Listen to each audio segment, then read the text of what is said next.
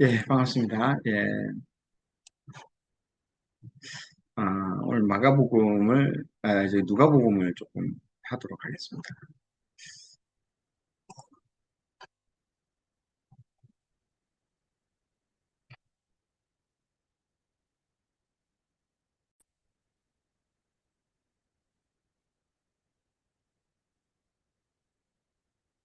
자, 화면 보이시죠? 예, 예, 화면. 예.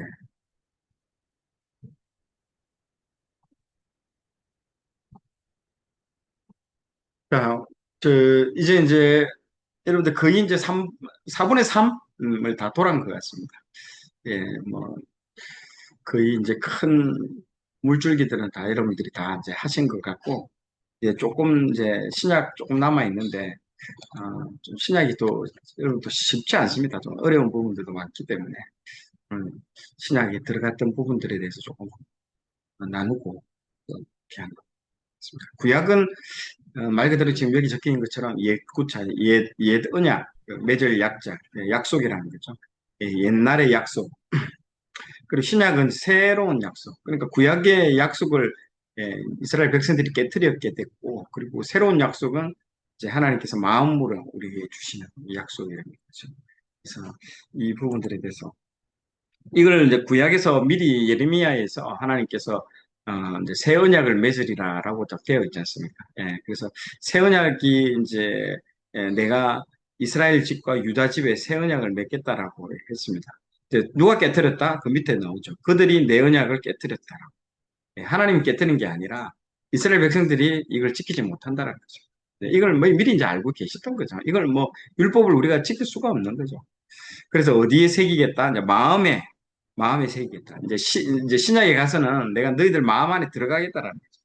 처음에는 하나님께서 직접 시내산에서 나타나셔가지고 우르릉깡깡 우르릉깡깡 직접 말씀하시니까 이게 뭐 두려운 거죠. 이게 엄청난 뭐 천둥과 진동과 그 시내산 위에 불이 나고 막 이러니까 막 이 백성들이 아이고 오지 마시라고 안 오셔도 된다고 무서워하잖아요. 그래서 우리 대신해서 우리를 대표해서 모세 보고 올라가라고 하죠. 모세가 직접 시내산에서 하나님을 대면하는 그런 단계로 가게 되고 백성들이 무서워하는 거죠. 그러다가 이제 하나님께서 직접 이제 내려오시는 게 이제 성막으로 통해서 직접 내려오시잖아요. 그래서 그게 이제 성막이 예수 그리스도를 상징하거든요. 성막으로 내려오시고. 내려오셔서 그 성막이 이제 말씀이 육신이 되어서 신약에서는 예수님이 직접 우리 앞에 서게 되신 거고. 그것 또한 또 제자들과 사람들은 또 도망을 가죠. 예. 십자가에 달려 돌아가실 때 또 도망을 가게 되고, 이제는 내가 너희들 마음 안에 들어가겠다. 내주하시는 성령님을 통해서 우리 안에 이제 마음 안에 내가 너희들 안에 거하겠다라고, 내주하겠다라고. 이런 것들이 다 구약의 예레미야 31장 31절에 33절, 뭐, 너는 내게 부르짖어라, 뭐, 이렇게 구절들 나오잖아요. 거기에 다 나와 있는 겁니다. 그래서 이렇게 진행될 것이라는 것들, 중간중간마다 힌트를 주고 있습니다.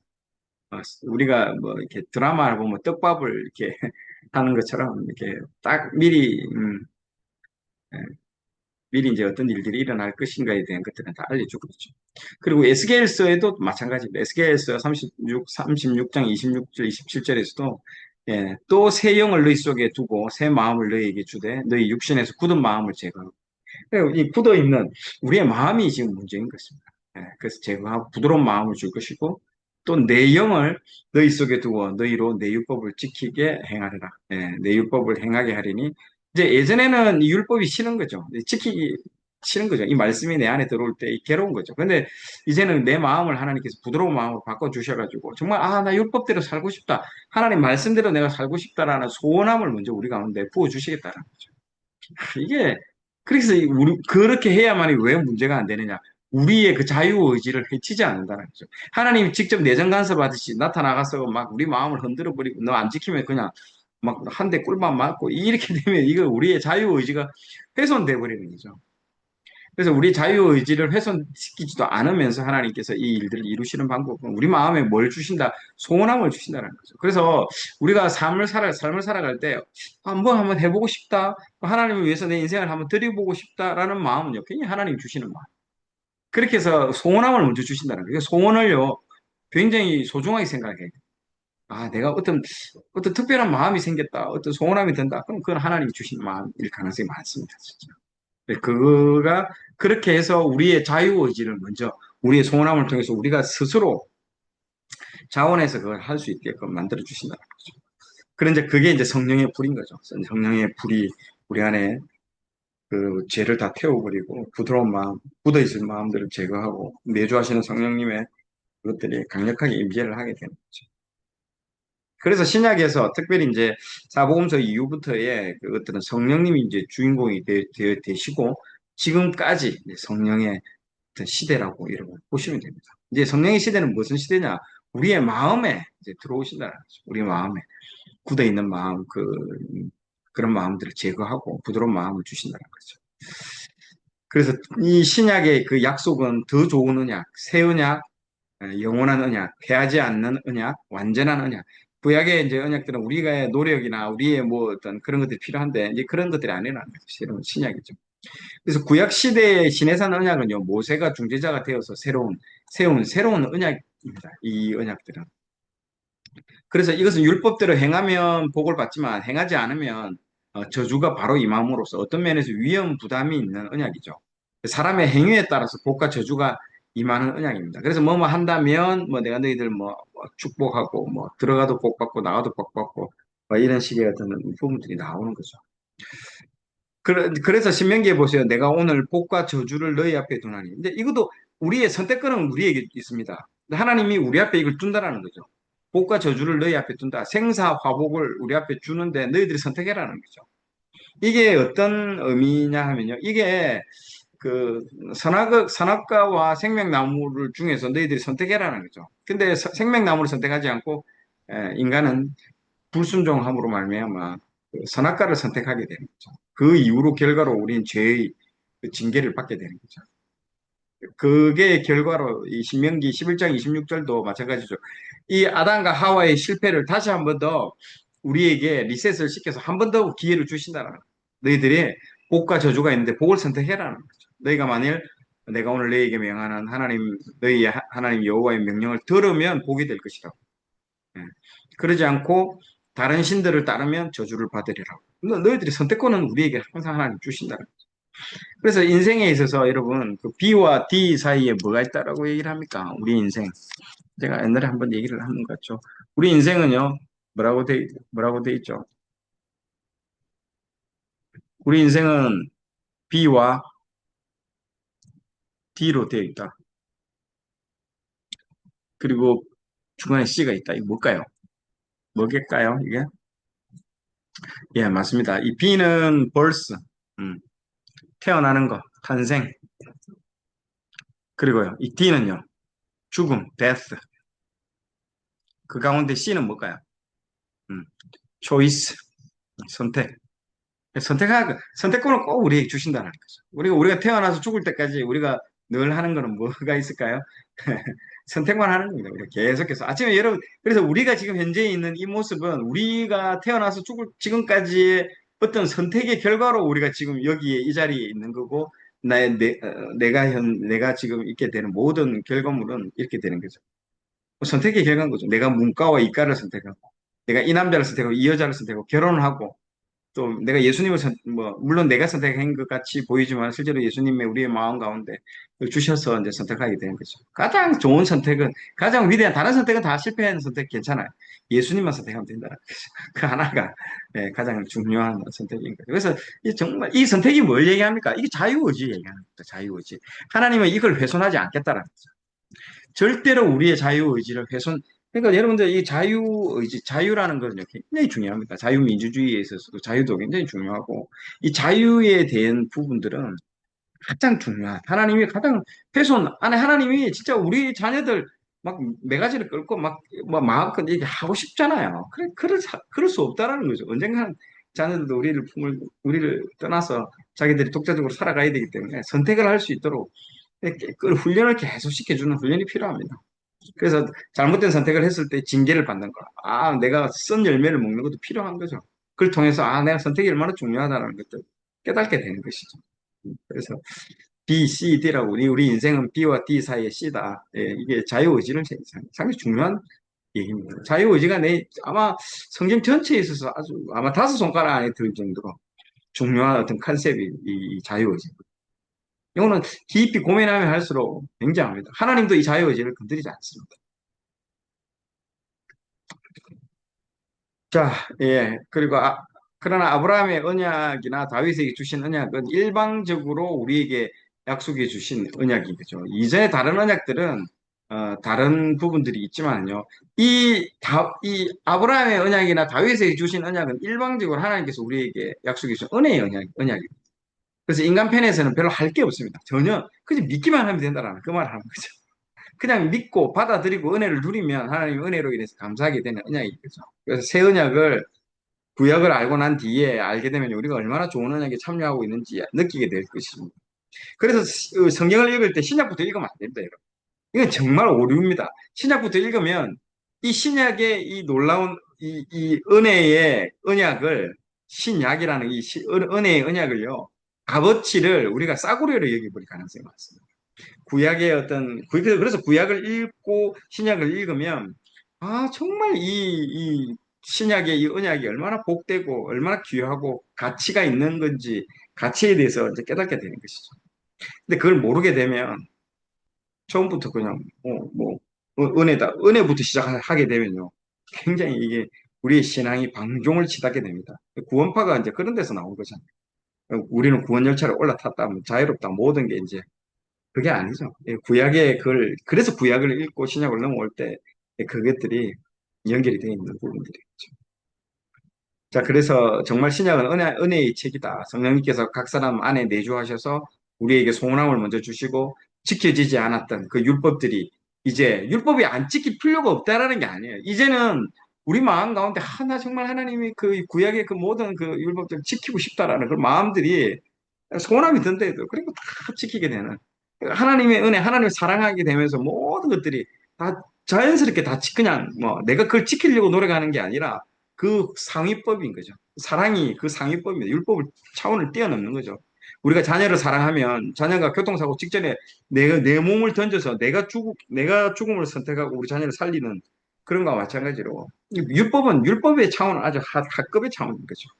그 율법을 뛰어넘는 그 사랑, 나를 나를 희생하기까지 해서 살리는 그 사랑의 그걸 앞에서는 율법은 아무것도 아니다.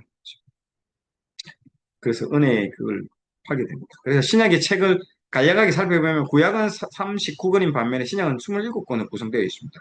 근데 신약의 27권을 분류를 해보면 제일 먼저 사복음서가 나오고 다음에 역사서인 사도행전이 나오죠. 사도행전 한 권밖에 없습니다. 그리고 사도 바울의 서신서 13개, 일반 서신 8개, 마지막으로 묵신문학인 책인 요한계시록으로 이제 끝이 납니다. 요약해보면 복음서 4권, 역사서 1권, 사도 바울 서신 13권, 일반 서신 8권, 계시록 1권으로 이제 구성이 되고 있습니다. 예, 그걸 여러분들 좀 아시고 좀 보시면 좋을 자, 그 신약도 구약처럼 아마 여러분들 하마성경을 보시면 시간 순수대로 이제 아마 진행되어 있다는 걸 보게 될 거예요. 역사서인 사도행전을 진행할 때에 사도행전 중간중간마다 사도 바울의 서신서를 이제 끼워서 제가 영상을 다 제작했던 것들도 그 시간적인 흐름들을 알고 보셔야 이게 신약이 이해됩니다. 실제 구약보다 신약이 훨씬 어렵습니다. 제가 얼마나 고생했는지 모릅니다. 이거 신약 만들 때. 정말 어렵습니다. 왜냐하면 배경만 알면 굉장히, 이거 편지도 마찬가지예요. 내가 고등학교 때 어떤 그 팬레터, 아내 앞에서 이런 말 하면 안 되겠지만, 들리네. 예, 팬레터를 했다는 거죠. 예, 팬레터 했을 때에 어떤 그 맥락이 있을 거잖아요. 그 어떤 일이 있었고, 어디가, 그리고 그 맥락 하에서 어떤 연애 편지를 쓰잖아요. 그러면 그 맥락을 서로 공유하고 있는 상태에서 편지를 읽으면 그게 확 와닿는 거죠. 그 뭐 따로 설명할 필요가 없는 거죠. 주석을 달 필요도 없는 거죠. 그 중요한 거는 그 맥락, 이 편지를 보내기 전에 어떤 뭐 다툼이 있었고 어떤 문제가 있었고 그것만 알면 굉장히 진짜 이건 너무너무 재밌는 익사이팅한 어떤 부분들이 되거든요. 그러니까 마찬가지라는 거죠. 그러니까 마찬가지입니다. 그래서 그게 없으면 그걸 모르면 이거는 읽기가 너무너무 어렵습니다. 이 책은. 예, 신약의 어떤 서신서는 특히 서신서는요. 갑자기 사도 바울이 화를 내고요. 그러니까 굉장히 뜬금없는 거죠. 예. 왜 선택한, 왜, 뭐, 화를 내는지. 그런 것들을 이제 알게 되는 것이죠. 그래서 신약의 27권 분류를 보면 특별히 구약과 비슷한 점을 느끼지 못하십니까? 전개 방식이 구약과 유사합니다. 이것도 유대인의 논리 구조입니다. 앞부분에 모든 걸 다 해놓는 거죠. 모세오경이 제일 중요하고, 신약은요, 사복음서가 제일 중요하고. 그래서 그거에 뒤에서 이제 이거가 핵심이고, 그걸 핵심대로, 구약은 이 핵심의 율법대로 살았냐, 안 살았냐. 신약은 뭐라고 했습니까? 이 복음을 전파했냐, 전파 안 했냐. 이거의 차이인 거죠. 이 복음을 전파했느냐. 예. 복음 전파에 핵심이 맞춰져 있습니다. 그래서 구약은 율법대로 살았냐, 안 살았냐. 살았냐, 안 살았냐. 신약은요. 이제 신약에 와서는 구약 너희들 못 지킨다는 거, 율법 못 지킨다는 거 다 알아요. 지킬 필요 없다. 너희들이 이걸 하려고 하지 말고 이 복음을 이제 전파해라. 복음을 듣는 순간 그게 해결된다. 그 믿음이 들어오는 순간 그 모든 문제들이 다 해결된다.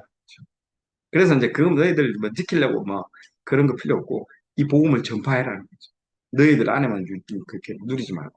그래서 굉장히 신약에 있어서 중요한 거는요. 이 복음의 확장성, 복음이 전파되는 거. 이 여기 핵심입니다. 그래서 주인공이 누굽니까? 사도 바울이거든요. 이쪽으로 넘어가면. 이 복음을 이방인에게 땅끝까지 이르러 내 증인이 되는 이 여기에 주인공인 사도 바울이 이 전체에서 주인공이 될 수밖에 없는 게 이 전파가 이 복음이 퍼져나가는 게 핵심이기 때문에 그렇다. 그래서 상당히 이 구약과 신약의 패턴이 비슷합니다. 비슷한데 엑기스는 좀 다르죠. 그래서 구약은 모세 오경을 기초로 해서 나머지 구약 성경이 세워져 있습니다. 그래서 모세 오경이 상당히 중요하죠. 또 모세 오경대로 율법대로 살았는지 안 살았는지가 그 뒤에 밑 다음에 나오죠. 역사서 이 역사서 이 여호수아부터 사사기, 사사기, 뭐 사무엘 상하, 늑대 상하 뭐 이런 것들이 다 이 율법대로 살았는지 안 살았는지에 대한 내용들이 다 나옵니다. 신약은요, 이 네 가지, 사복음서, 마태, 마가, 누가, 요한의 이 예수님의 말씀, 이 사복음서에 뭐가 들어있습니까? 예수님의 말씀, 하신 말씀, 그리고 예수님의 행적, 그걸 기초로 해서 초대교회에 발생했던 다양한 문제들을 해결하기 위해서 썼던 게 사도 바울의 13가지 서신서 더오고요. 그러니까 마찬가지죠. 이 기초가 되는 거죠. 이 사복음서가. 그래서 논리 전개를 위해서 보세요. 복음서가 먼저 나오고, 복음서가 먼저 나와야 예수님의 행적과 말씀, 복음 전파의 기록인 사도행전, 그리고 세워진 초대교회에 발생했던 다양한 문제와 그것을 해결하기 위해서 쓴 서신서가 이렇게 나오게 되는 이런 부분들이 쫙 이렇게 연결이 된다는 거죠. 그리고 마지막에 핍박이 극심한 상황에서 최후의 승리를 소망하면서 기록된 책이 요한계시록. 예, 그렇게 해서 이제 끝을 맺게 되는 것이죠. 자, 그래서 예수님이 이 땅에 계실 때 자신의 글을요, 예수님이 글을 남기지는 않았습니다, 여러분. 말씀만 했다라는 거죠. 근데 잘 생각해 보십시오. 인류 전체의 이 인류 역사에 있어서 뭐 6천 년, 7천 년 되는 이 역사에서 하나님이 이 땅에 잠시 내려왔다라는 거죠. 그래서 33년간을 이 땅에 잠시 와가지고, 뭐 33년이라 보다는 공생의 기간만 치주면 3년간을 이 땅에서 뭔가를 했고, 뭔가를 말씀을 했다라는 거죠. 우리가 알아들을 수 있는 말로 뭔가 말을 하고 올라가 버렸다는 거예요. 여러분, 이것만 가만히 묵상만 해도요. 이건 굉장히 놀라운 사건인 거죠. 생각해 보십시오. 하늘에 계신 하나님이 이 땅에 내려와서 우리가 알아들을 수 있는 말을 하고 올라가셨다는 거예요. 그 말씀이 얼마나 대단한 말씀인 거예요. 그럼 우리 자꾸 예수님이 우리 인간의 어떤 몸을 입고 와가지고 인간처럼 생각하는데 그게 아니고 여러분 하나님이 내려오신 거예요. 하나님이 이 땅에 내려와 하나님이 우리가 알아들을 수 있는 말을 하고 올라가 버렸다. 이거 진짜 가만히 생각해보면 엄청 쇼킹한 내용이죠. 그래서 성경에 보면 신약에 있는 예수님의 말한 부분을 빨간색으로만 기록되는 그런 성경책도 있잖아요. 아주 의미 있는 겁니다. 그래서 그것만 읽는 사람도 있습니다. 그것만 쫙 이렇게 어려울 때마다 쫙 읽으면 아주 신비로운 경험도 많이 합니다. 굉장합니다. 하나님 그 말을 그렇게 많이 한 것처럼 말이지만 그 읽어보면 그렇게 많지는 않습니다. 그게 얼마나 대단한 말이겠습니까? 우리처럼 시잘데기 없는 뭐 농담도 하고 딱 그 말들. 그래서 예수님 12제자의 출신이 예수님 12제자. 사복음서도 보세요. 이 마태, 마가, 누가, 요한 중에 실제 제자는 두 명밖에 없어요. 두 명은요. 존재 뭐 물론 뭐 70인 제자, 120 제자도 뭐 포함될 수도 있겠지만은 마가와 누가는 이제 제자가 실제 직계 12제자가 아니거든. 그, 그 12제자 중에 쓸 수도 있는데 그렇게 안 썼다는 것도 너무 신비롭지 않습니까? 너무 희한하지 않습니까? 요것들만 정경으로 인정되는 것도. 하여튼 우리가 알지 못하는 하나님이 일하는 방법을 잘 보시면 참 좀 우리랑 생각이 좀 많이 다르다라고. 자, 그래서 이 사복음서라고 할 때 이 복음을 복된 소식, 복된 소식, 굿뉴스라고 얘기를 하고 좋은 소식이라는 뜻인 거죠. 예수님 제자들이 세상에 복음을 전가하기 위하여 쓴 책이라는 겁니다. 복음서에는 복음을 굿뉴스라고 하죠. 예수님이 이 땅에 오신 그 자체가 바로 굿뉴스입니다. 굿뉴스. 그래서 예수님을 태어나신 날을 우리가 절기로 지키는 것도 성탄절도 그런 거죠. 예수님이 이 땅에 오신 걸 기념하는 달에 이제 그런 걸 뜻하라고. 또 왜 이게 굿뉴스냐? 이제 핵심은 이것 때문에 그런 거죠. 구약에 아까 말했던 죄의 문제라는 거죠. 구약의 역사에서 해결되지 못한 근본적인 문제가 바로 죄의 문제가 자, 죄의 문제입니다. 구약 내내 해결되지 못한 이 죄의 문제를 해결하기 위해서 하나님 그분이 직접 이 땅에 내려오신 거예요. 이 죄의 문제를 이 지긋지긋하게 구약 내내 해결하지 못했던 이 죄의 문제를 해결하신 거죠. 이 사건은 정말 놀라운 사건이며 인류 역사에서 최고의 굿뉴스. 그래서 오셔서 사역과 하신 말씀을 기록한 이 책이 얼마나 중요한. 물론 구약에 엄청나게 많은 그것도 중요하지만요. 정말 중요한 거는요. 하나님 직접 내려와서 말을 했다라는 거예요. 말씀을 했다라는 거예요. 우리가 인간이 알아들을 수 있는 뭐 외계어로 한 게 아니에요. 얼굴 막 끌려 막 끌려 막 이런 말 한 게 아니고 우리가 알아들을 수 있는 얼마나 디테일하신 거예요. 친절하신 거예요. 그게 참 놀라운 거죠. 자, 그래서 이 사복음서를 통해서 예수님이 이 땅에 오실 수밖에 없는 이유와 그분의 사명을 우리는 배워야 합니다. 그래서 왜 이 땅에 오셨는가? 그래서 이제 먼저 이 사복음서 중에 이 마태, 마가, 누가는 이제 공관복음이라 하죠. 같은 공자에 볼관자, 같은 관점으로 본다는 관점이. 그래서 요한복음은 이게 마태, 마가, 누가를 공관복음이라고 합니다. 그래서 한 가지 공짜, 같을 공짜. 예. 공산주의 할 때 공짜 저런 거 쓰잖아요. 같이 물건을 나눈다 할 때 공짜를 이렇게 쓰거든요. 같은 관점이라는 거죠. 세 명이 예수님을 바라보는 관점이 똑같은 어떤 관점으로 바라보고 책을 썼다는 거죠. 근데 요한복음은요, 전혀 다른 관점으로 완전히 신비로운 책이 아주 특별하고 신비로운 책이 요한복음입니다. 그리고 요한복음을 읽을 때 뭔가 다릅니다. 그래서 공관복음을 읽다가 보면 마태, 마가, 누가 복음이 서로 내용이 중복된다는 것을 여러분 많이 이제 이해하게 됐거든요. 통계적으로 보더라도 마가복음과 마태복음은 90% 정도, 누가복음과 마태복음은 50% 정도가 중복이 됩니다. 보시면. 그래서 이게 마가복음이 제일 먼저 책이 쓰여진 책이거든요. 마가복음이. 그래서 마가복음을 마태복음도 참고를 했고 누가복음도 참고를 하게 된 거죠. 그런데 이제 마태복음하고 누가복음 서로 간에 중복되는 게 50%밖에 없어요. 이것도 좀 웃기죠.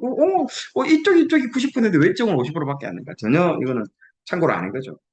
서로 간에. 그래서 근데 반면에 요한복음은요. 완전히 다른 책이라 했잖아요. 8%. 예, 중복 8% 되는 것밖에 중복이 안 됩니다.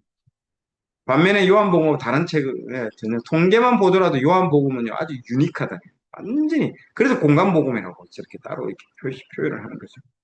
그래서 여러분 그래서 이게 성경을 책을 볼 때 요한복음은 아주 읽기 전에 기도도 특별히 좀 많이 하시고 요한복음을 읽으면서 놀라운 신비로운 체험을 하시는 분들이 꽤 많습니다.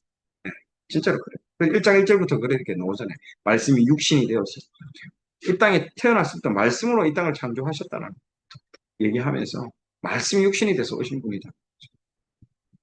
그래서 요한복음 저도 그렇지만 읽을 때마다 뭔가 새로운 거.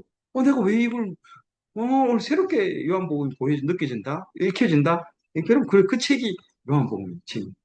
인간적인 어떤 지식으로 풀고 뭐 이런 책이 아니라 정말 특별한 책. 요한복음, 유니크.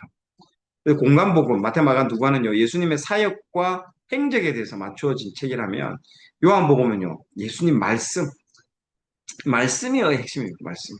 그래서 그 말씀이 내 안에 들어오는 순간 내 안에 뭔가 안에서 뭔가 놀라운 변화들이 일어나는 거죠. 와 새롭다.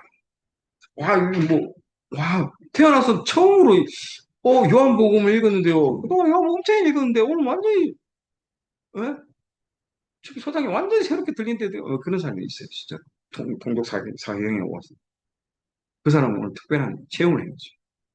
진짜 그걸 보셔야 됩니다. 그래서 관점이 다 다르다는 게 이제 마태복음은 이제 왕의 관점. 그래서 막 저기 어, 어떤 그 하나님 나라가 이 마태복음의 핵심이거든요. 그 나라가 왔다라는 것은 그 나라의 왕이 있다라는 거, 임금이 있다라는 그 나라에. 그래서 하나님 나라가 이 땅에 킹덤 컴이라고 하거든요. 그 하나님 나라가 이 땅에 임했다.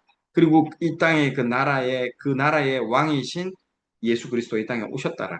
그래서 마태복음은 왕, 킹에 대한 관점이고 마가복음은 종으로 오셨다는. 그래서 십자가로 달려 우리의 죄를 위해서 달려 돌아가신 것도 섬기기 위해서, 우리를 섬기기 위해서, 죽기까지 언제까지? 죽기까지 우리를 섬기기 위해서 오셨다는 거죠. 그게 종.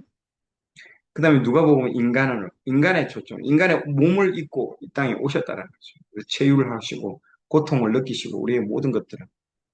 그래서 이 예수님을 대해서 얘기할 때 가장 완벽한 해설은요, 들으면 이상하겠지만 이게 가장 완벽해. 100% 하나님이면서 100% 인간이다. 야, 그게 무슨 말이냐? 이게 말이냐?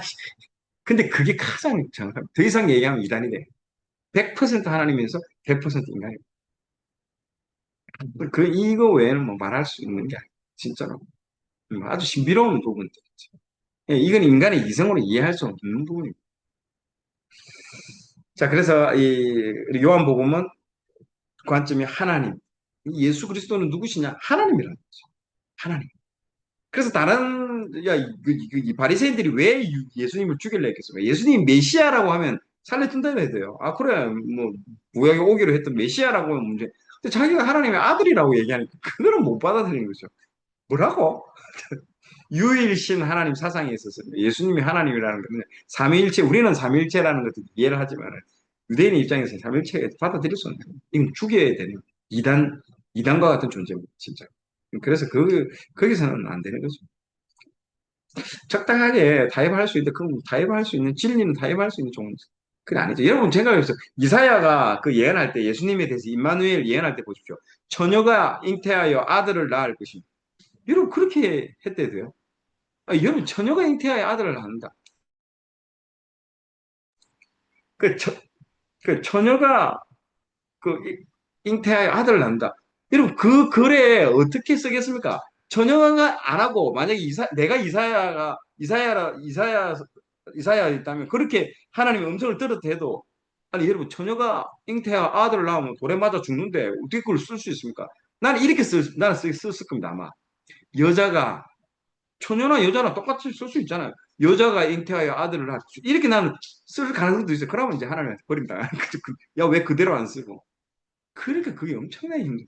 그대는 이해가 안 되는 거죠. 이사야가 그 말을 썼을 때 가만 이사야 입장에서 한번 생각해보세요. 이게 뭐, 받아 쓰기는 쓰는데, 이게 지금, 처녀가 잉태하여 아들을 낳을 것인, 이름 입만은, 아, 이거, 이거 시험 드네, 이거. 나는 여자라고 바꾸면 안 될까라는 시험이 안 들었을까? 그렇다는 거죠. 예수도 마찬가지예요. 진짜로. 그런 하나님의 아들이라. 나 메시아야. 아주 사이좋게 지내자. 이렇게 할 수도 있는데 타협이 없는 거죠. 그러니까 십자가에서 이제 아니면 이런 전반적인 부분. 그래서 관점이 다르다는 거죠. 그래서 이거 바라보는 관점이 다르죠. 이거 제가 예전에 살던 과천입니다. 이게 서울랜드에서 찍었던 건데, 이 주차장이거든요. 주차장에서 이렇게, 주차장 서서 찍었을 때는 별로 이게 밋밋하고 별로 볼 건 없는데, 드론으로 공중에서 이 지금 같은 장소를 찍었던 거예요. 보세요. 패턴이 너무 아름답지 않습니까? 완전히 다르게 보이잖아요. 같은 공간을 위에서 찍는 거랑 보세요. 딱, 저기 지상에서 이렇게 찍는 거랑 완전히 다르게 보이잖아요. 예수님도 그렇게 보인대도요. 예수님도 우리가 어떤 관점에서, 우리가 종의 관점에서, 그리고 또 왕의 관점에서, 어때의 관점에서 바라보느냐에 따라서 그분의 그 모습이 입체적으로 보인대도요. 완전히요. 여러분, 나중에 어떤 사람이 유명한 인물이 죽었다. 뭐, 그러면 그 사람이 죽고 난 이후에 다양한 관점으로 그 사람을 바라본대도요. 뭐 박정희가 뭐 했다. 그럼 경제적인 관점, 아니면 또 민주주의적인 뭐 독재 뭐 이런 관점, 뭐 다양하게 그 사람을 공과 과를 바라볼 때도 아주 관점이 다양하고 볼 수 있잖아요. 근데 예수님은 우리 인류 역사에 있어서 가장 소중한 분이시고 가장 특별한 분이신데 어떻게 단면으로 이렇게 볼 수 있겠습니까? 그러니까 뭐 예를 들어서 나에 대해서 얘기할 때도 한마디로 정의하는 게 너무 힘들어. 말이 안 되잖아요. 정은수는 뭐 이상한 놈이야. 이게 한마디로 어떻게 정의하는 순간 이거는 야 이거 뭐 화가 나는 거죠. 그만큼 그렇게 다양한 부분들이 있네. 그거 똑같은 거예요. 그래서 아까 말한 것처럼 바라보는 관점도 틀리지만은 책을 쓰는 이걸 책을 누구한테 보여주느냐? 마태는 유대인에게 보여줬다는 거죠. 야, 유대인 너희들에게 진짜 유대인의 왕의 족보로 오셨다. 예? 그러니까 다윗을 강조하는 거죠. 다윗이라는 왕의 계보로 예수님이 오셨다. 너희들 꿇어라, 제발. 왕이 오셨는데 너희들 무릎 안 꿇어? 이제 이런 얘기죠. 유대인에게 썼던 거죠. 그리고 마가복음은 그 당시에 그렇게 핍박받고 있었던 로마에 있던 이방인들에게 써여진 책이고요. 마가복음은. 그래서 그래서 마가복음 할 때 썼잖아요. 나중에 맨 마지막에 제가, 너희들 변절한 사람들이 있었잖아요. 그 막 로마에 막 무릎 꿇고 변절하고 배신했던 사람들에게 또 쓴 책이에요. 뭐라고 합니까? 나도 도망갔다. 마가 나도 도망갔는데 지금은 봐라. 마가복음을 쓸 정도의 이 사람으로 변했다라는 거죠. 그걸 알려주는 거죠. 그래서 너무 절망하지 마라. 그럼 로마의 로마에 있는 이방인들에게 쓴 목숨을 걸고 지키고 있고. 그다음에 헬라인. 누가복음은 이방인, 완전히 이방인에게 썼. 그래 아주 쉽게 이방인들에게 썼다는 거죠.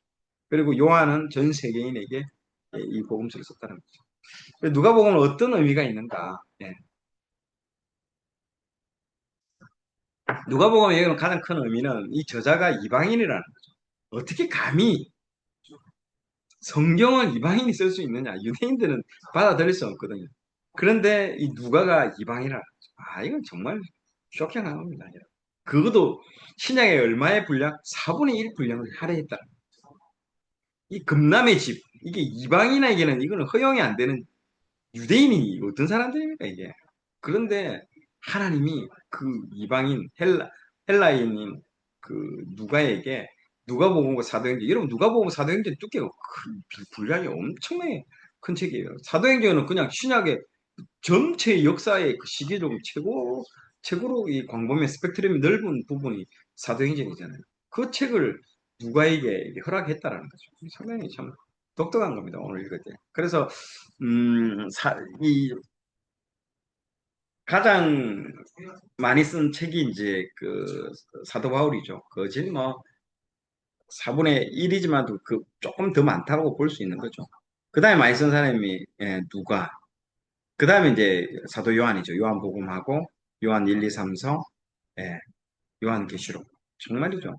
그러니까 이 사복음서의 문을 다 여는 키와 같은 책이 요한복음이고, 그리고 하나님은 사랑이다라는 것들을 알려주는 게 사도 요한이죠. 그리고 우리의 미래를 알 수 있는 책이 요한계시록입니다. 이 세 사람이 그진 4분의 1, 4분의 1, 4분의 1 쓰고 나머지는 뭐 깨닫이라고 하면 안 되죠. 적당하게 이제 좀 이렇게 남아있는 부분들을 좀 쓴 거죠. 막 기타 등등 분들이 조금씩 맡아서 야고보, 베드로 뭐 있잖아요. 막 그런데 디모데 뭐 이렇게 쓴 거죠. 디도 뭐 이렇게 쓴 거죠. 그런데 요 세 사람이 주요 인물들이다라고 이제 마테, 마가, 요한복음은 이방인들에게 너무 불친절한 책이죠. 근데 누가복음요, 이방인들이 아주 친절한 책이죠. 왜? 본인이 이방인이었어요. 그리고 과외할 때도 마찬가지죠. 서울대 나온 사람들이 공부 못하는 애 과외 시키기 너무 힘들어요. 이해가 안 되는 거요. 이거 이해가 안 된다. 야구 선수들 중에서도 아주 옛날에 슈퍼스타들이 이게 코치로서 힘들다고. 박명희를 못 치는 이유를 모르는 거죠. 자기는 잘했기 때문에. 그래서 제가 왜 성경을 이렇게 택했고 옛날에 성경을 아무것도 몰랐대요. 옛날에 어릴 때 저기 주일학교 때 뭐 성경 퀴즈대회 하잖아요. 아, 그거 성경 퀴즈대회를 뭐 나 문제도 이해를 못했대. 답을 못 맞추는 정도가 아니고 나는 그 문제도 이해가 안 돼가지고 완전 바보, 진짜 바보, 진짜 진짜 바보였대. 그러니까 내가 그 사람들의 마음을 알겠는 거야. 성경을 왜, 그러니까 내가 얼마나 내가 쉽게 풀었겠습니까? 내가 얼마나 그 상처가 있으면. 그래서 아주 쉽게 하는 건 똑같은 거죠. 그러니까 이 누가도 그런 거죠. 이방인이니까 이방인들이 얼마나 뭐가 궁금한지 문화가 다르기 때문에 유대인들 입장에서 다 써보세요. 마태복음 막 낳고 써보세요. 이막왜 이렇게 이런 것부터 쓰냐고 막 화가 치밀어 오르잖아요. 근데 그렇게 하지 않다라는 거죠. 그래서 아주 친절한 책이죠, 진짜. 누가복음. 그래서 마태복음은 족보로 시작한 유대인 중심의 책이죠. 그러니까 족보에 대해서 미치는 거예요. 이 진짜 너무너무 좋아하거든요. 족보를 너무너무 좋아합니다. 근데 우리 이방인들은 족보 알고 싶지 않다라는 거죠. 근데 마가복음은 바로 공생의 사역부터 시작한 거죠. 불친절한 거죠. 뭔가 좀 이게 A, B, C에 해놓고 D가 나와야 되는데 바로 D부터 시작하니까요. 그런데 유대인들은 다 아는 거죠. 앞에 D부터 얘기해도 앞에 아니까. 근데 이방인들은요. A, B, C를 모르잖아요, 지금. 근데 D부터 얘기하니까 거두절미하고 얘기하는 거죠. 그러니까 어려운 거죠. 요한복음은 아예 시작부터 무슨 말인지 이거 못 알아듣는 거. 태초에 말씀이 계시는, 무슨 태초에 말씀이 뭐야, 이거 하나님이 계시고도 아니고, 태초에 말씀이 계신다. 야, 이게 무슨, 나도 읽으면서 이게 무슨 말인지, 나도 수수께끼나, 이게. 나도 요한복음 읽을 때 제일 힘들었어. 이런 책과는 다르다는 거죠. 그래서 너무너무 친절한 책이기 때문에 이방인들에게 쓴 책이거든요. 그래서 우리나라도 한글로 최초로 번역된 책도 누가복음이 제일 먼저 한글로 번역된 거죠. 왜냐? 이방인들이 읽기 제일 이해하기 쉽다라는 거죠. 근데 최근에 와서는 이제 요한복음이 제일 먼저 빨리 하기 위해서 요한복음을 이제 하는 경우도 있는데 이렇다라는 것들을 이해하시면 됩니다. 그래서 복음서 중에 가장 아름다운 문장으로 왜냐면 헬라인이 그 글을 쓰기 때문에 헬라의 문체가 굉장히 아름답습니다. 여러분 지금도 그 저기 페이스북 만든 사람이 누구죠? 막 그 주크버그 맞죠? 주크버그인가? 예, 예. 그 사람은 지금도 헬라어를 읽고 있다고 그러더라고요. 여러분 그 사람도 왜 헬라어를 읽겠습니까? 지금 디지털이고 페이스북 난리인데 왜 그럴까요? 그게 언어에 여러분 비트겐슈타인이라든지 그 언어 철학자들 얘기 들어보세요. 그 언어 안에 모든 게 그 문화와 철학이 다 들어가 있습니다, 여러분. 실제로 여러분 언어 철학을 가만 들어보세요. 여러분 그 컴퓨터 잘하는 애들끼리 자기들끼리 대화하는데 여러분 듣고 있으면 무슨 소리 하나도 못 알아들을게요. 맞죠? 나노가 어떻고 입자 무슨 소리인지 그게 그 언어라는 언어 안에 우주가 들어가 있고 언어 안에 모든 게 다 들어가 있다. 그 정도로 이 헬라의 그 문화들이 언어 안에 모든 게 총집행성화되어 있는 게 이 헬라 언어입니다. 헬라 언어. 그래서 나중에 로마는 세계를 정복했잖아요. 로마가 전 세계를 지배를 했음에도 불구하고 로마의 상류층은 무슨 언어를 썼다? 예, 로마 언어 쓰지 않고요. 헬라어 썼습니다. 그게 자부심인 거예요. 정말 헬라 언어를 쓰면서 누리는 거예요. 그래서 이 그리스에서 막 포로로 잡아오거든요. 예를 들어서 소크라테스나 있잖아요. 유명한 철학자들 데려와가지고 그 사람들하고 막 대화하면서 그 헬라어로 대화 나누면서 자기의 문화를 향유하고 아는 걸 지식을 뽐내고 그런 거에 너무 희열을 느끼는 거예요. 그 사람들. 그래서 여러분 배너라는 영화 보면 배너가 있는데 거기 보면 어느 집이 나오잖아요. 근데 그 사람은 노예처럼 보이는데 노예 대우를 안 하고 아주 상전 모시듯이 모시고 온 장면이 나와요. 그 사람들이 그 헬라에서 데려온 철학자들이에요. 배너라는 영화 보면 나옵니다. 그 사람들이. 그래서 실제로는 로마가 저기 헬라를 지배한 것처럼 보이지만은 문화적으로는요, 헬라가 로마를 지배했다고 보는 게 맞다 이거예요. 지금도 그렇잖아요. 그래서 문화를 지배하는 사람이 세계를 지배합니다. 지금 K 푸드, K 드라마, K 이런 무비가 전 세계를 강타하는 게 이 문화를 지배하는 거거든요. 굉장한 건데 이거 진짜. 이거 진짜 굉장한 거예요. 이게 어느 정도까지 이제 갈지는 모르겠지만 이게 태풍급으로 갈지 찻잔 속의 태풍으로 끝날지는 모르겠지만은요. 이게 만약에 진짜 이게 오래 지속되고 이게 막 전 세계에서 한국 영화를 보기 위해서 한국어를 배우고 이렇게 시작하는 순간 그 언어 아까 말했잖아요. 비트겐슈타인의 그 언어 철학에 대해서 얘기했잖아요. 언어가 세계를 지배하는 게 된대요. 그래서 아까 헬라 언어로 쓰게 되는 거죠. 그래서 이게 지금 누가가 이런 언어를 통해서 누가복음을 만드는 거죠. 그래서 지금도 그 아까 말했죠. 마크 주커버그는 그 헬라어로 그 일리노이 그 있잖아요. 그 뭡니까? 그 플루타스 용전이라든지 그런 것들을 다 헬라어로 봅니다. 진짜. 예, 진짜로. 그걸 그대로 흡수한다. 그 읽을 때. 여러분, 그래서 이사야서도 히브리어로 읽기 위해서 히브리어 배우는 사람이 꽤 많대요. 그대로 읽는 거나 번역해서 읽는 거나 완전히 이건 다르대도요. 그러니까 언어의 그 맛이 라는 게 대단한 거죠. 그래서 누가복음은 이 이방인이 썼지만 굉장히 너무너무 디테일하게 잘 썼기 때문에 아주 그 그림책을 보는 것 같다라고 얘기를 할 정도입니다. 그래서 실제로 고호라든지 고갱이라든지 렘브란트라든지 세계적인 그 어떤 뭐 세잔느라든지 뭐 이런 유명한 사람들이 보면 다 무슨 책을 보고 그림을 그렸다? 이 누가복음을 보고 실제로 그림을 그려요. 예를 들어서 뭐 잠깐 사마리아 뭐 선한 사마리아인이라든지 그리스도 고갱이 했던 거, 렘브란트의 돌아온 탕자 이야기들 전부 누가복음.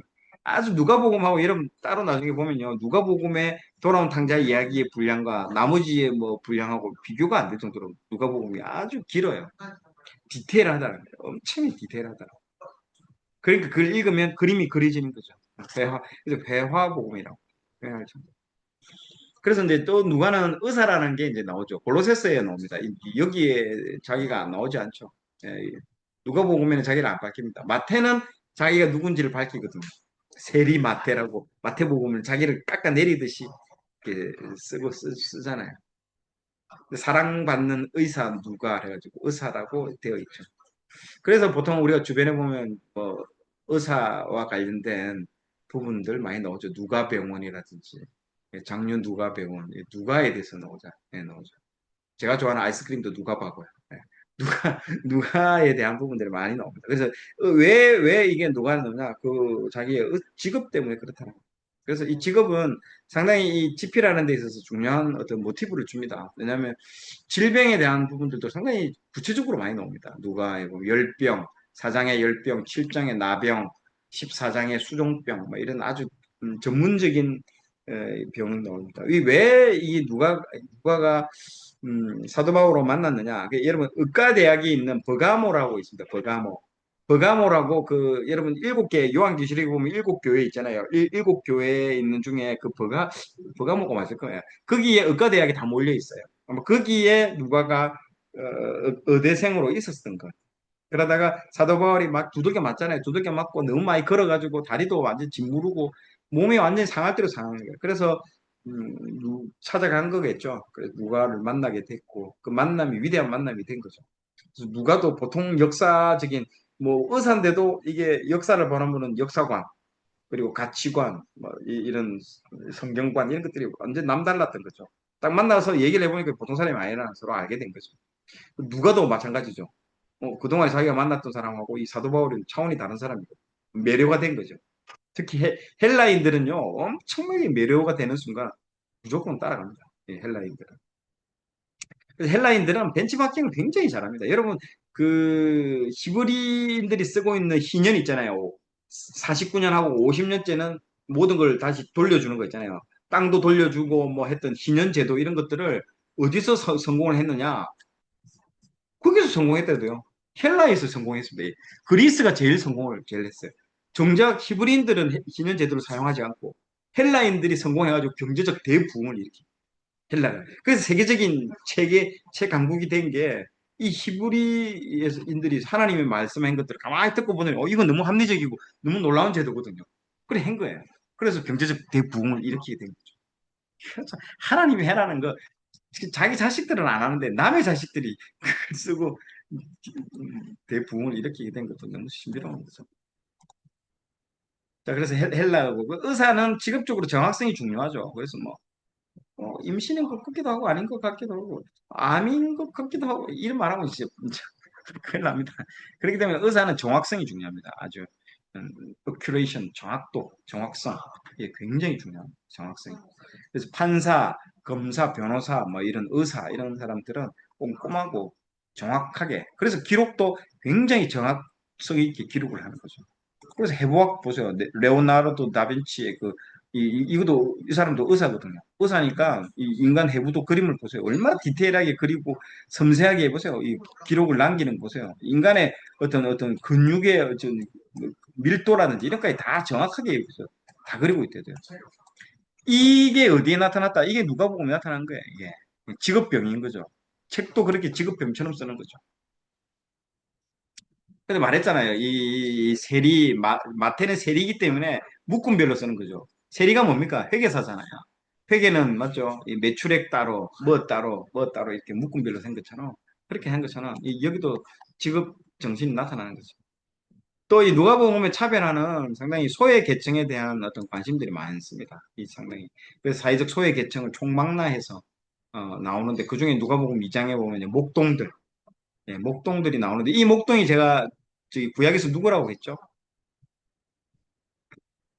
백각 계림에 있던 그 사람들 그 누구죠? 레갑 족속의 후예들이라고 얘기를 했잖아요. 레갑 족속의 후예들이 양치 너희들은 절대로 집을 짓지 말고 목동이 되어가지고 돌아다니라고 그렇게 얘기를 하잖아요. 그 사람들이 나중에 그 말씀을 지키면서 축복받은 게 가장 큰 축복이 뭐냐? 메시아를 여기 모습 보게 됐다는 거죠. 자기 후손들이. 이게 뭐 축복 중에 대축복이죠. 근데 목동들, 그 당시에 최하층민 목동들이었다라는 것들이죠. 네.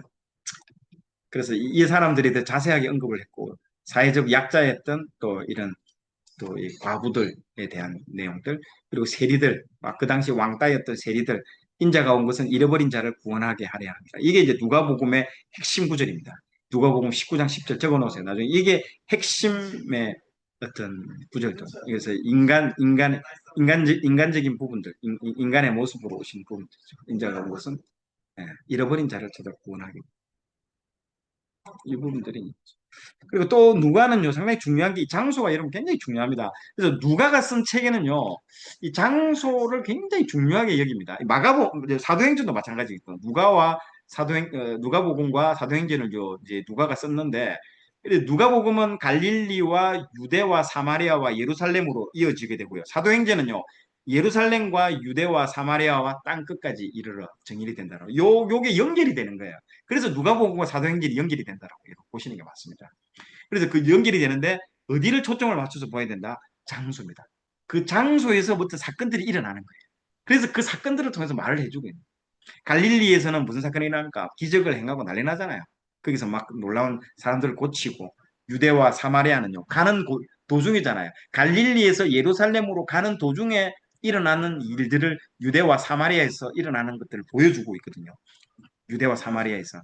그리고 막 예수님이 찾아오는 사람들 낫게 하고 막 또 배척하는 사람들도 오고 그런 것들을 누가복음에 보여주고 그리고 결국에는 어디에 입성한다? 예루살렘에 입성해서 십자가에 달려 돌아가심으로써 이제 끝을 맺잖아요.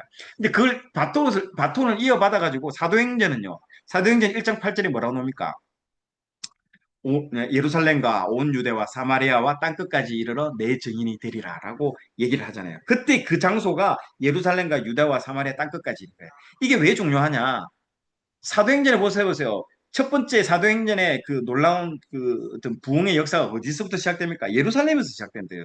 그래서 너희들은 예루살렘을 뭐라고 합니까? 떠나지 말고라고 되어 있습니다. 맞죠?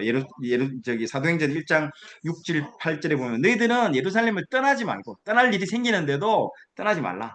그래서 예루살렘 지키고 있어라. 그리고 뭘 기다리라고 합니까? 성령을 기다리라고. 성령을 기다리라. 기다리라고 되어 있습니다.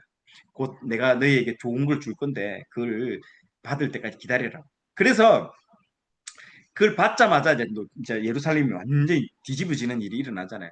베드로가 한 번 설교에 몇 명이 전도됩니까? 3천 명이 전도되어 가지고 초대 교회를 이루잖아요. 예루살렘 교회가 생겨가지고 3천 명이 전도되고 또 5천 명 5천 명이 전도되고 난리가 나는 거예요, 지금 이게. 그래서 예루살렘 됐죠. 그다음에 이 복음이 어디로 됩니까? 유대로 넘어가잖아요. 유대에서는 무슨 사건이 일어납니까? 스테반 집사 설교 한 번으로 유대 그 광야에 설교 한 번으로 그 예루살렘 그 바깥에서 설교 한 번으로 돌에 맞아가지고 순교를 합니다. 복음이 전파되는 놀라운 과정이죠. 그리고 사마리아는요. 빌립 지사가 누구한테 세례를 주죠? 이디오피안 내시. 이디오피아 내시를 어디서 세례를 준지 압니까? 사마리아에서 줍니다. 읽어보세요. 그 사마리아에서 복음을 전파하는 거예요. 그리고요. 그 다음 땅끝은 누가 주인공입니까? 사도 바울이 땅끝까지 이르러내 정의. 이게 지금 장소를 통해서 그 장소마다 주인공이 다 다릅니다. 그렇죠? 예루살렘의 주인공은 베드로, 유대의 주인공은 스테반, 사마리아의 주인공은 빌립 집사. 땅 끝까지 이르러 내 정인이 되는 거기에서 주인공은 누구야고요? 네, 사도 바울이 주인공인 거죠. 그래서 이 장소와 그 장소에 따르는 사람들도 굉장히 중요한 요소들을 차지하고 있다. 그래서 장소로 여러분 잘 보시고 가셔야 됩니다. 장소 보세요. 그래서 예루살렘에서 결국에는 이 예루살렘에 가는 거예요. 그래서 누가복음에 이 보시면 주로 자주 나오는 게 예수께서 성천하실 기약이 차감해 예루살렘을 향하여 올라가기로 굳게 결심하고 또 보세요. 또 보시면 예수께서 예루살렘을 향한다라는 말이 계속 나오잖아요. 향하여.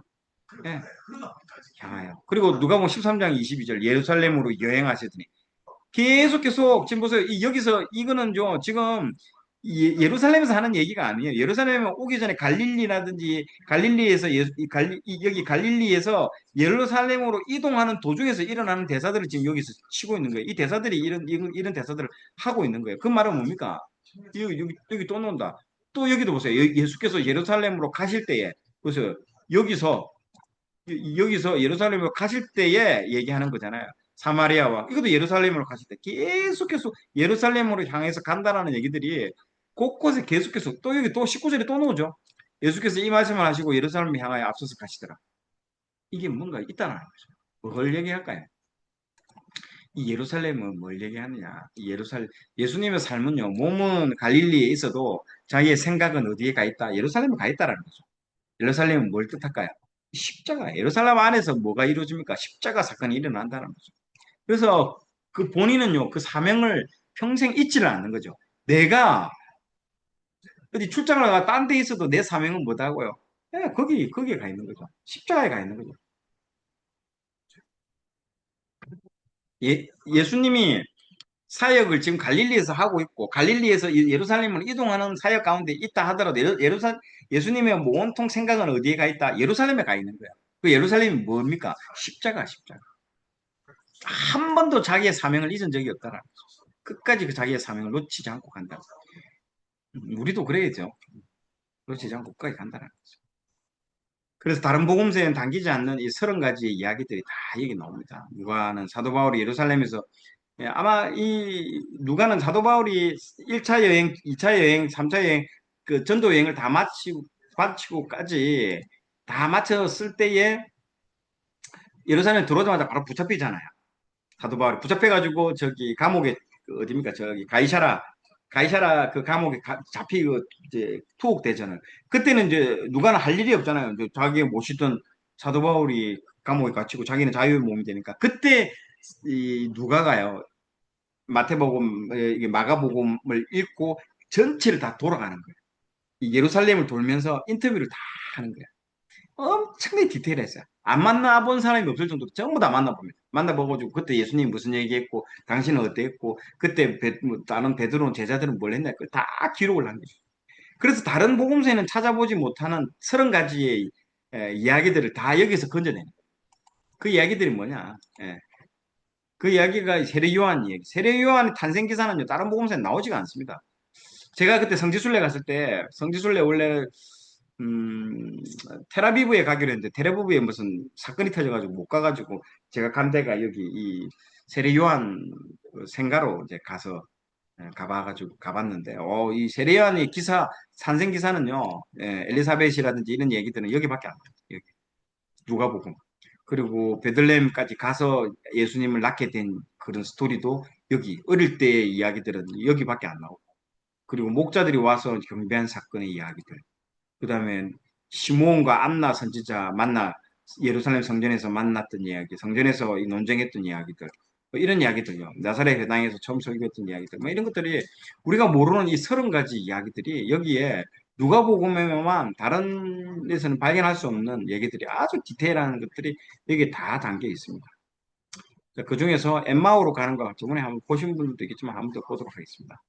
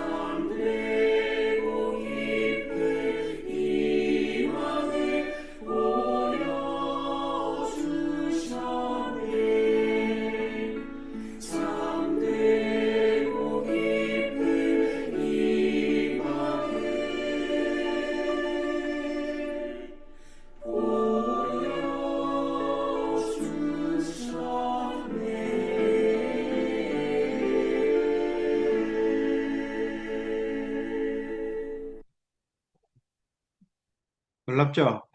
이게 지금 엠마오로 가는 두 제자 이야기. 물론 이제 마가복음 끝에도 조금 나옵니다. 나오는데 이 누가복음에 이제 기록되어 있는 부분이죠. 이게 이 제자 이걸 통해서 우리가 70인 제자가 있다라는 걸 알게 됩니다.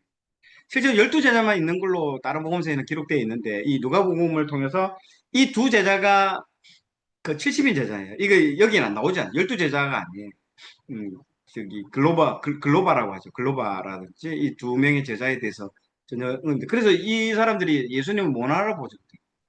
근데 나중에 이제 예수님께서 자기의 그 떡을 찢는 게 뭡니까? 이 예수 그리스도의 십자가에서 자기 몸이 찢어졌다라는 걸 상징해서 보여주는 거죠. 찢고 나서 주는데 그 손에 못자국이 나가지고 구멍이 난 걸 보이잖아요. 그리고 사라지시잖아요. 그러면서 이 두 사람이 대화를 나누는 장면이 나오죠.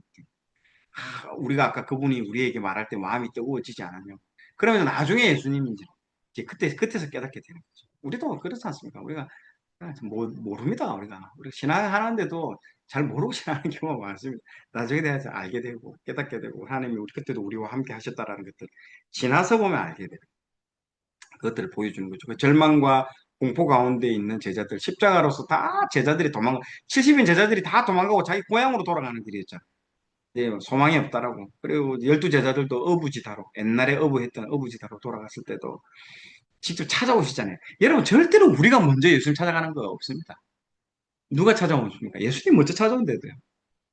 참, 그게 아이러니죠. 먼저 찾아오십니다. 항상 먼저 찾아오시는 거죠. 우리가 아직 죄인 되었을 때 우리를 먼저 찾아오셔서 예, 우리를 향한 자신의 사랑을 확정해 주시는 분이 예수님이시죠. 그걸 우리에게 보여주고 있습니다. 자, 마지막으로 결론하고 마치도록 하겠습니다. 예, 누가복음은 인간으로 오신 그 예수님에 대해서 우리에게 말씀을 하고 있습니다. 하나님께서 인간이 되셔서 이 역사 속에 오셨는지를 누가복음이 서술하고 있습니다. 다른 복음서와의 차별화된 누가복음요. 예수님의 어린 시절 그리고 하늘에서 막 뿅 하고 떨어지신 게 아니라 인간의 몸을 입고 오셔가지고 어린 시절도 보내고 청년 시절도 보내고 공생의 기간으로 들어가서 배고픔도 경험하고 세상의 영광을 다 보여주면서 예수님을 시험하는 사탄의 시험도 하나님 다 경험하셨다는 거죠. 그래서 때로는요, 예수님이 눈물 흘렸다는 내용도 나옵니다. 눈물도 흘리시고. 그런 인간적인 아주 내용들이 있잖아요. 우셨다라는 부분들도. 그런 것들도 여기 기록되어 있습니다. 그래서 인간적인 부분들이 많이 묘사되고 있는 것이죠.